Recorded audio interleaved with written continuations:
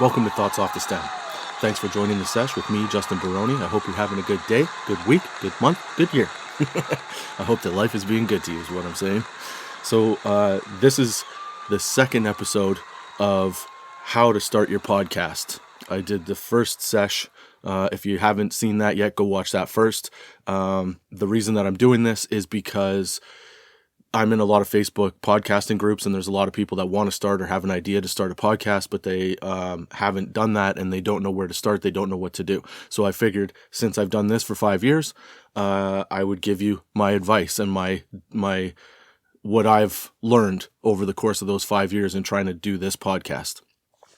So this episode, we're going to talk about the things that I've learned, because these are things that I think you need to know that are essential to keeping it in perspective, but also keeping it fresh and fun. Because if you overwhelm yourself in the beginning, you're not going to stay consistent. You're going to fall off. You're going to stop doing it. You might even start hating it. And we don't want you to do that, right? This is supposed to be a fun thing to do. Just for a quick little recap, the reason that I do the podcast is because in high school, I was very interested in radio and television broadcasting. I never got the opportunity to actually do it for whatever reason. And so when technology changed and I was able to record these on my own without putting too much, money into it or anything like that, more so time than anything, then I started doing it. Also, the pandemic hit. I had nothing else to do. So here we are, 5 years into Thoughts Off the Stem. The things that I've learned, the things that you got to kind of keep in perspective is that, like I said last sesh, don't worry about trying to make it big or trying to be the top podcast or trying to be the best at it or anything like that. Start from square one. Start with the idea that, hey, this is going to be a hobby. It's going to be fun. I'm going to enjoy it. And I'm going to talk about the content that I want to talk about. And hopefully there's people out there that will gravitate towards me because they, like engaging with me, or they enjoy my presentation style or whatever. In terms of trying to get engagement, it takes a long time. Some people do, don't get me wrong. Some podcasts just fucking skyrocket right off the bat. That's not likely. That's like, again, you have to put it in perspective. Like the people that get to the top of the charts in what seems to be in a really quick way, that's not the case. Like they've been doing it for a while before it becomes a thing and it becomes as predominant as it is. Okay. So keep that in mind. They had to start from square one too. If they've started a podcast and all of a sudden it hits the top of the charts, there's probably a reason for that. And there's a multitude of factors. Like one, maybe they're a radio host and they have a following already. They're a comedian, they have a following already. Generally, it's because whoever is doing the podcast or hosting the podcast already has some kind of credibility and some kind of following outside of that podcast, right? Like a lot of people look at Joe Rogan and go like, oh, well, he's huge and I could do that too. Well, you got to remember, Joe Rogan was a comedian for many, many years. He's a UFC commentator. He's been on TV. He's done a multitude of things over the course of like 20 years before podcasting became a thing for him. And he already had notoriety and he already had a name for himself before doing it. Most people, I think, are going to be like me, where nobody knows you. Nobody cares what your opinion is. You have to convince people that you're the guy to listen to or the girl to listen to. Okay. So don't get in your own way with all the fancy bullshit, right? Just stick to the basics. All you need to do, because again, remember that I know like every podcast is a video podcast, including this one, but podcasting is an audio medium, right? It's supposed to be like a radio show. The video part of it didn't start to come until recently because people, for whatever reason, like to watch the people that they're talking to. There's a few different ways that you could structure your podcast. You can have a solo like me, like just one host talking to you, telling you what I think and blah, blah, blah. Or you can have a guest-driven podcast where you're interviewing people, talking about, whatever it is that they're up to and introducing them to your audience. You can also have a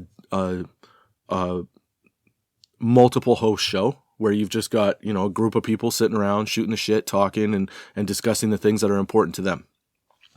So engagement is a tough one to get because you obviously have to find something that people relate to.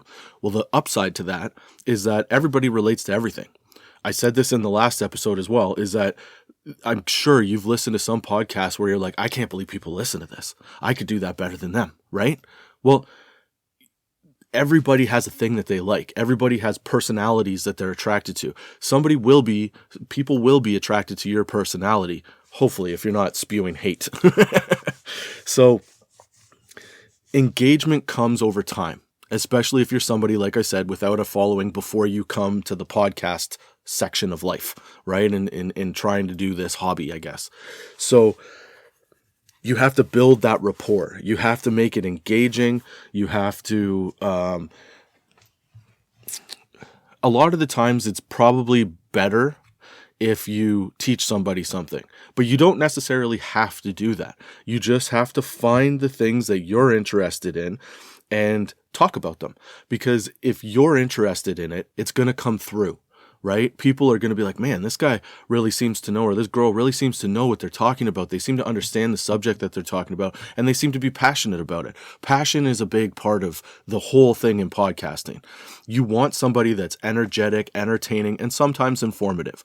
I'm trying to make you laugh. I'm trying to bring out some of the silly and the funny of life, as opposed to trying to teach you anything. But there is an element of the show where I teach you about weed because that's my experience.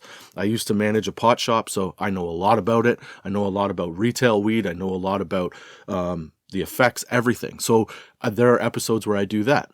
There's other episodes where I just smoke and shoot the shit, and I hope that some of the stuff I say some of the stuff that I say you find funny, right? Because I just want you to have a break from the day. The world's too crazy for this, to not have a fun time in life, right?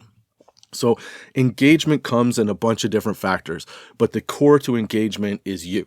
It's you knowing what you're talking about, you enjoying what you're talking about, and you conveying a level of energy to your audience that it sparks them to want to keep returning, right?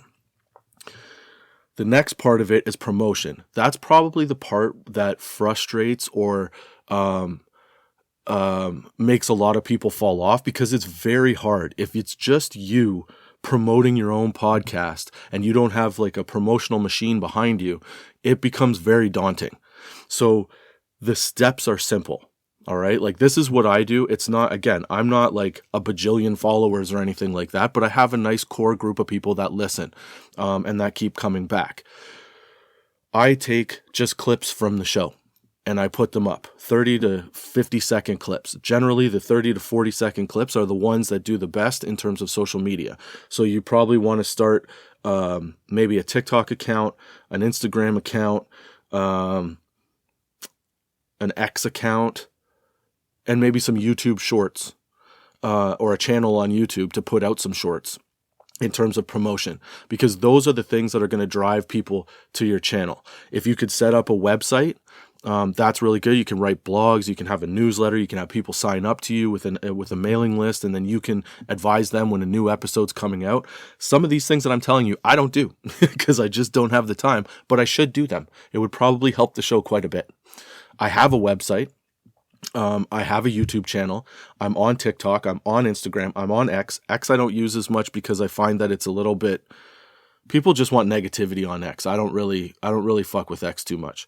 But when you're starting out, you should definitely measure the impact of all of these different platforms, and then narrow down the ones that you think are the ones that get the most views and attention and engagement, and then just utilize those. Like, I've funneled mine down to Instagram, YouTube, and TikTok, and YouTube and TikTok are the ones that do the best. Instagram is kind of hit and miss. X doesn't really do anything. So that's in promoting, that's the best way to do it. You don't have to oversaturate the market, because a part of promoting and marketing is also leaving people wanting more, right? So there's people out there that'll post like 15 to 100 clips a day. You don't have to do that. I post one clip a day. It's, like I said, 30 to 50 seconds. and I try to do it from Monday to Friday. I try to do it from like Saturday to Thursday, because I put my episodes out on Friday, right? So I want to put the first clip with some meat and potatoes from the show on Saturday, when people are more likely to be watching YouTube or sitting around and just, having some time to themselves. Those are probably the two biggest things, the getting engagement and the promotion, that make people quit. So don't get bogged down in that. It takes time. Anything that's worthwhile, anything that's fun, anything that is potentially beneficial for you is going to take some work and some time. Don't overemphasize whatever it is that you're trying to do, okay? Just stick to what you feel works best for your show. And then as you learn and as you grow, then you can start moving into, like, maybe I could do a clip about, the behind the scenes, or a clip about this or that. But just start with the show first. Stick to your content that you're already making, because it makes editing, it makes cutting clips a million times easier and a million times faster. If you're starting to create outside of those clips and try to create something extra from the actual podcast that you're working on, you're going to find you're going to run out of time real quick. You're going to get overworked, bogged down. You're going to get emotionally and physically exhausted by trying to keep up with yourself. So just take it step by step. Little baby steps are the best way to start your podcast. Don't overblow it. Manage your expectations. Keep your expectations where they should be, which is, if it works, it works. If it doesn't, it doesn't. It's really just something that I'm doing for fun, right? Start there and then move into whatever it becomes. Let it evolve. Let it happen, right? The next thing you want to start doing, because we talked about talking into your phone instead of buying a whole bunch of expensive equipment like a camera or a microphone or whatever. The next thing you want to do is, once you've recorded your first few episodes, you've got some listeners, you want to add some kind of audio editing program so that you can clean up your audio. Because even though phones are really good with their microphones now and they're solid, you still want to be able to tidy up the audio so that it sounds a little more professional, because people now are so inundated with podcasts and opportunities to listen to podcasts. If you don't have good sound, or at least not, it doesn't give feedback, or it does, it's not too loud, it's dialed in, then they're more likely to sit and stay and listen to the whole show, right? And that's what you want. You want people to listen for as long as possible. Oh crap, there was something that I thought of that I didn't mention last episode that I think I should mention this episode. I'll get there. It'll come back to me. But yeah, you definitely want something. So the program that I use, which took me way too long to realize I needed, is Audacity. I use that to edit my audio. It's a really good program. It's free. It's simple to use. They have on the website, they have a lot of tutorials on how to use it and how to find the right sound for you. And how to put the right effects in the right order so that you don't screw up the audio or make it worse. I think the first stage of audio editing is making sure that whatever you're talking into, whether it's a phone, a microphone, a computer, you have to make sure that the input audio is at the right level. Because if that audio is already messed up and it goes into Audacity, you're not going to be able to fix it. So you have to do a few takes where you find out what sounds right, okay? And that's just trial and error. Like, I could tell you to put all these different effects on it. I could tell you how to talk and how far away to be from the microphone, but it'll be different for you. It's a personal thing. Like, I'll give you an example. So I use this microphone that's in front of me. If you're watching this, you could see it. If not, it's a Blue Yeti, okay? There is a volume button on the front for headphones. There's a volume button on the back, and then there's a gain dial. I talk loud. I have a boisterous voice, and I'm a boisterous person. Okay. So it took me probably months to realize that the problem I was having with my audio was dialing down the gain, because my voice is so in your face, I guess. So I had to dial it back so that I got rid of all those moments where it sounded like where it was like impeding the sound, and you get that crackling, that popping, that distortion sound, right? That ugly sound. It took me a long time to figure that out, and it took me until I got a microphone to figure out how to do that. I've had a series of other microphones that were way cheaper, Not that this one's very expensive, but I had ones that were way cheaper that, again, I was trying to dial in this audio and I didn't realize that the problem I was having was actually on the setting for the microphone, not in the audio itself. Okay. So these are all things that happen with trial and error. And these are the things that will keep your show evolving, because when you start, you're not going to be that good at everything, at every part of it, every aspect. You're going to eventually get better and better and better, especially if you're somebody that doesn't have experience with any of these programs. It takes time to learn. It takes trial. It takes error. It takes, putting out a bad episode for you to recognize that, like, oh shit, that really sucked at that part, or whatever the thing is. So editing your vocals is probably the first big step that you should start making once you start creating content for your show. In the beginning stages, I think that it's okay if your audio is not perfect, but once you've got, like, I don't know, it'll come to you. You'll know, it'll feel right to start doing it, but it'll come to you is what I'm saying. So it's all trial and error. It'll happen as it happens, and it'll evolve as you start to listen and want to improve. Because another part of that is listening to the show after. You may hate listening to your voice, okay? You'll get over it. It's fine. You should, especially if you're doing this on your own. You need to listen to the episodes because you need to figure out what works and what to take out. If you pay somebody in the beginning stages to edit your audio, in my opinion, that puts you at a deficit because you don't understand what it is that you're doing. And I believe personally that no matter what you do, you should really understand what you're doing. You should understand all the aspects of it. Whether you're good at doing those things or not, you should understand how it works, so that when you get to the point and you start paying somebody to edit your stuff, if that's the way you want to go, then you know if they're doing a good job or if it's a bad job.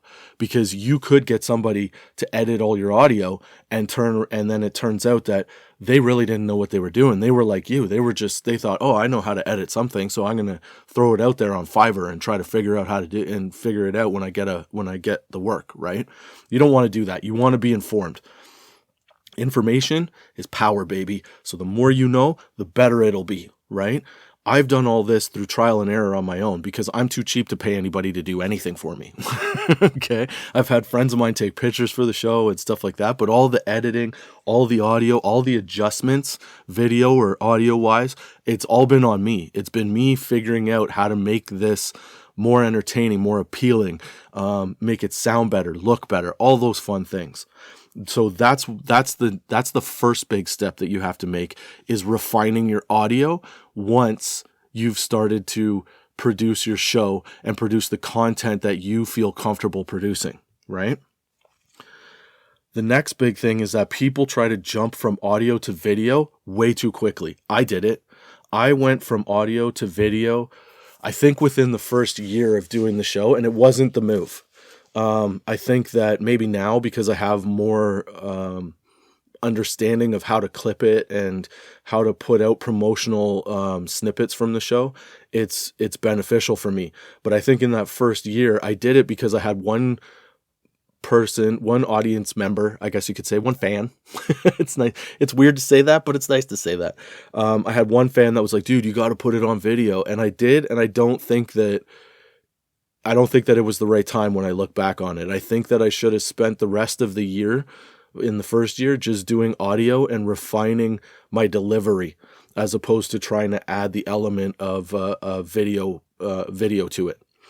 So I would say take your first year and take your time and refine your content, refine your audio, make sure that you are consistent and maintain your consistency before you start adding bigger like gimmicks to it, which would be video, right? Because then video editing becomes a bigger issue too, because now you have to marry together audio tracks and video tracks. And if you don't know what you're doing and you've never done it before, it's not exactly the easiest thing to do. And you want to avoid, in the first little while of doing your show, you want to avoid anything that will frustrate you to the point where you think about quitting. Okay? because you don't want to quit. You want to do this. This is the whole point that you started it, was to have fun and do this thing because it was fun to you. So don't make it work when it doesn't have to be work, right? The other thing that I did that I learned, probably again way too late, was that I got all excited because I started my podcast during the pandemic. So I had regular listeners. I had people that I was conversing with every day online. I had interaction all the time.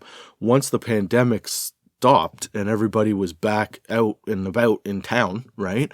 Then that engagement started to fall off slowly and slowly. Well, that was the point where I decided, I could do some merch. Here's the thing about merch.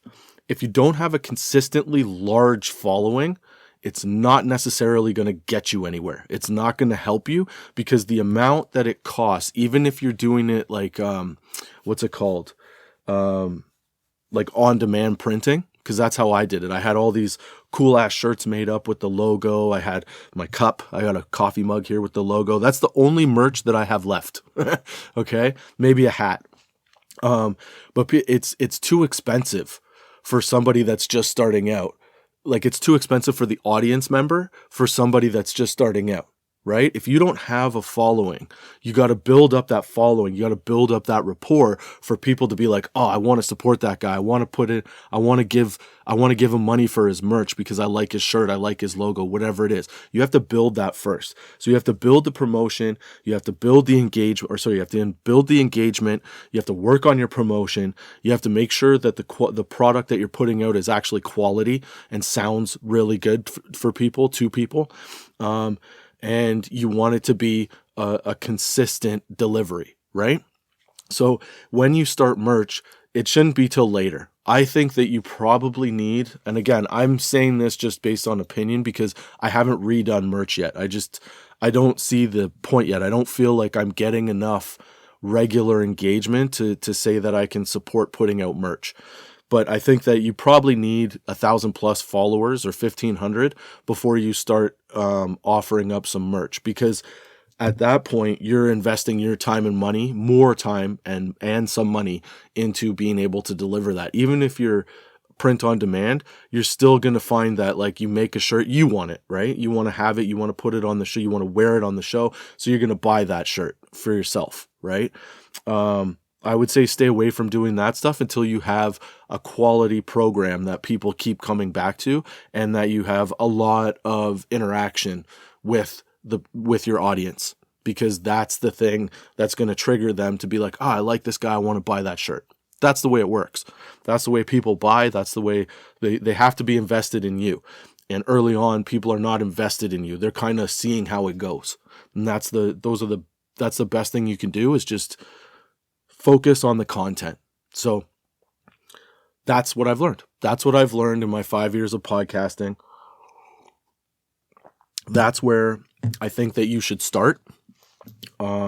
I'm not saying that this is the route that everybody should take. I think that these are the things that people need to keep in mind when they've never done anything like this before, right? And they want to do it, and they have this idea to do it. Stick to just creating the content, just creating a podcast that people will listen to.